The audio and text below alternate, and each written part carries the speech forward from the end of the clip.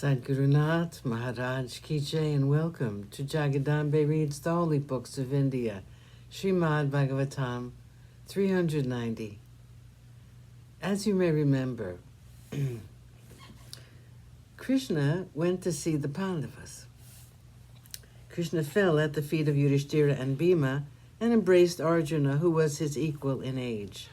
Nakula and Sahadeva fell at his feet. He lifted them up and spoke sweet words to all of them. The streets had been decorated since Krishna was coming, and scented water had been sprinkled all along the path which Krishna was to take on his way to the palace. Krishna went first to the apartments of Kunti and prostrated before her.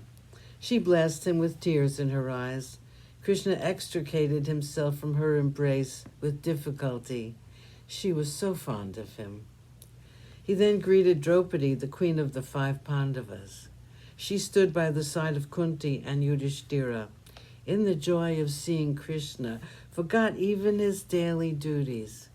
Draupadi went to the wives of Krishna who had come with him and took them with her to her apartments.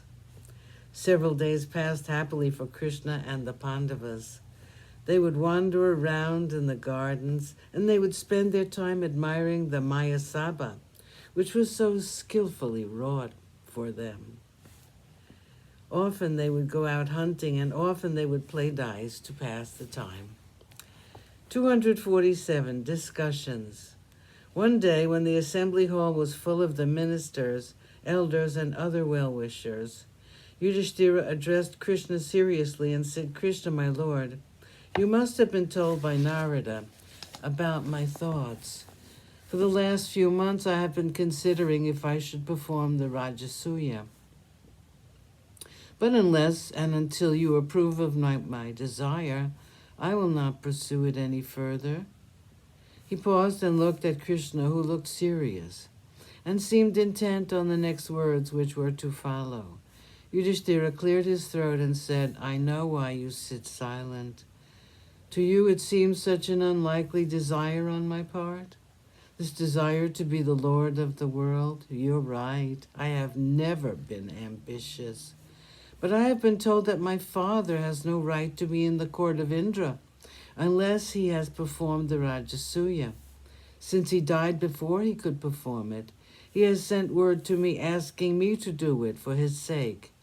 And that is the only reason why I am thinking of it. I want to perform the Rajasuya, if possible. If you think it is possible, I will do it. I will devote further thought to it, or else I will not think on it any more. I know that you are the only one who will consider all the possibilities and tell me clearly if it is too ambitious on my part to consider this step or no." Silence reigned in the hall for a while. Krishna, after a long pause, spoke with great deliberation. He said, "No, I do not think you're too ambitious, Yudhishthira. You will be doing something which will win the approval of rishis, pitris, the devas, and your friends. As for you, you are capable of defeating all the kings of Bharatavarsha.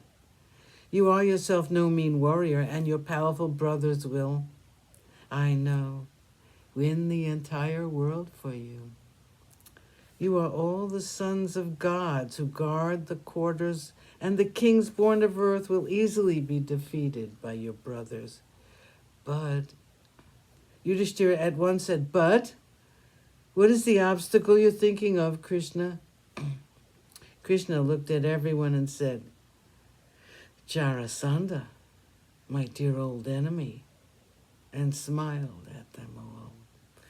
Yudhishthira's face fell. He said, "I think I'll give up all thoughts of Rajasuya, Krishna.